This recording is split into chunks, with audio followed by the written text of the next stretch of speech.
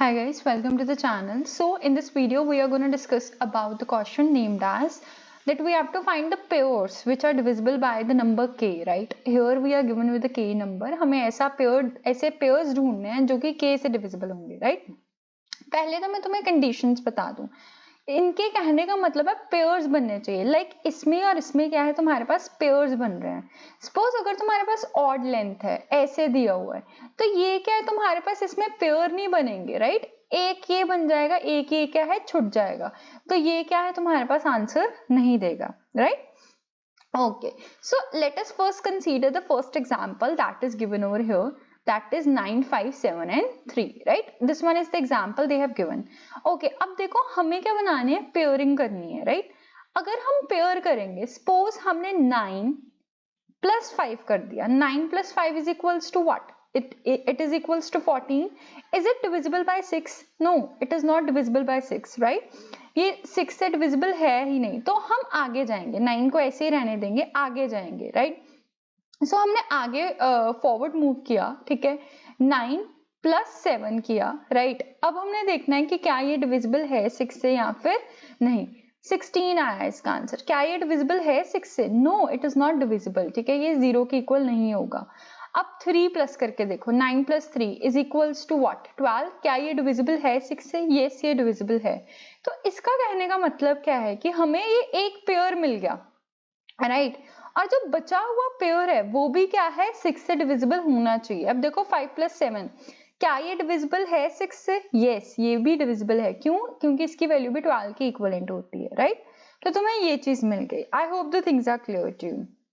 Okay, for more clarity let us see one more example. इसमें क्या दिया हुआ है हमें, जैसे मैंने तुम्हें अभी एक एग्जांपल बताई कि 4 4 4 दिया हुआ है, राइट? ये क्या ऑड लेंथ है. तुम लाइक इसको पेयर कर दोगे, बट ये तो बच जाएगा, राइट? समझ रहे हो ना?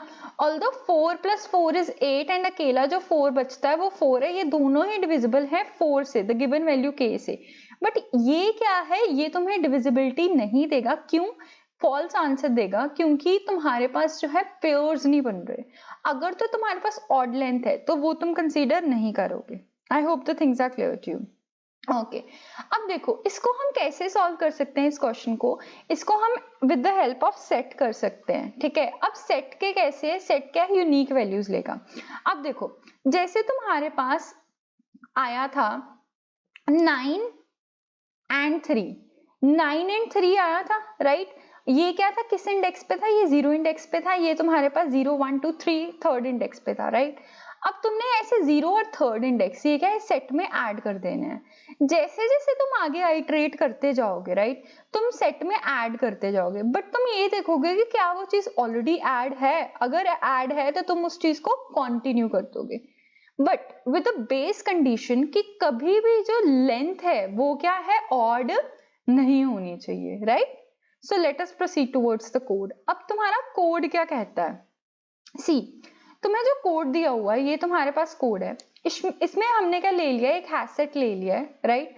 अब लेंथ जो है वो क्या है, ऑड नहीं होनी चाहिए. पहली बात तो ये, अगर वो ऑड होती है नॉट इक्वल्स टू 0, तो मतलब ये क्या आंसर फॉल्स देगी, right?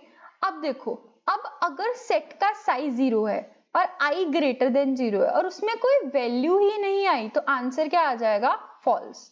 I hope the things are clear to you. और सपोज अब तुम क्या करोगे, आइटरेट करोगे. जैसे तुम्हें आंसर दिया हुआ था पिछले वाले में, ये क्या था 9573, राइट? 9573 जो था ये तुम्हें क्वेश्चन में प्रोवाइड किया गया था, तो हम उसी को ही लेके चलते हैं. देखो 9 5 7 and 3 ये चीज दी हुई थी तुम्हें. अब देखो, अब तुम्हारे पास अगर हम क्या है, पहले इसको ऐड करेंगे 0th पोजीशन को, तो हमने क्या 0 ऐड कर दिया. क्या ये सेट में है? नहीं है, तो तुम इसको ऐड कर दो, ओके. और जब तुम j की वैल्यू को प्रोसीड करोगे, j क्या है, i+1, ठीक है. अब i+1 को प्रोसीड करोगे, इसका मतलब कि हमें पहले देखना पड़ेगा कि नंबर जो ith पोजीशन पे और jth पोजीशन पे क्या ये डिविजिबल है, नहीं है. अब देखो 9 plus 5 क्या आएगा, ये तुम्हारे पास आएगा 14. It is not visible by your any k that is 6 given over here, right? So we have to proceed the next. हमें आगे बढ़ना पड़ेगा। तो ये हमारा j हो जाएगा, ये भी डिविजिबल नहीं है, ये j हो जाएगा। तो मतलब ये क्या है, 3 आ जाएगा।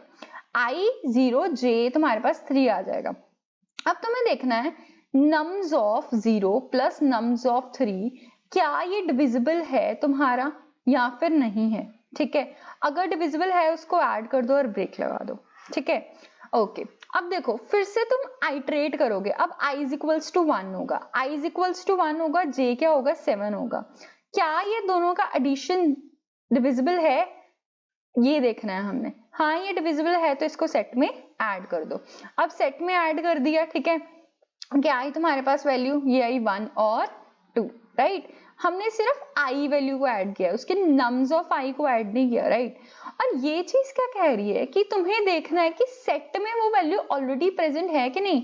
सपोज तुम 1 पे आते हो तो ऑलरेडी पिछला वाला सेट जो है वो 1 ले चुका है, ठीक है, तो तुम आगे वो 1 नहीं लोगे। ठीक है, अब देखो सेट का साइज क्या है, सेट का साइज क्या है, 4।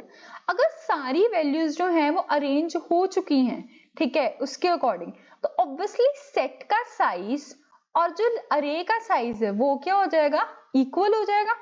अगर तो वो इक्वल आ रहा है ऑटोमेटिकली ये क्या रिटर्न कर देगा, आंसर ट्रू।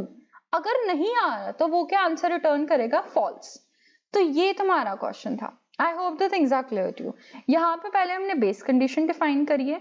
अगर सेट का साइज 0 आ रहा है बट स्टिल i की वैल्यू 0 से बड़ी है तो ये क्या फॉल्स रिटर्न करेगा। अगर वो ऑलरेडी उसमें वैल्यू प्रेजेंट है तो तुम क्या कर दोगे, वैल्यू कंटिन्यू कर दोगे, उसको जंप ऑन कर दोगे। ठीक है, अगर नहीं है तो तुम क्या करोगे, j की वैल्यू ऐड कर दोगे, देखोगे कि i nums of i plus nums of j divisible है कि नहीं है, कैसे, राइट, और देन ब्रेक कर दोगे। देन एट लास्ट तुम देखोगे दोनों के अगर साइज सेम है तो obviously they are divisible, obviously the answer is true.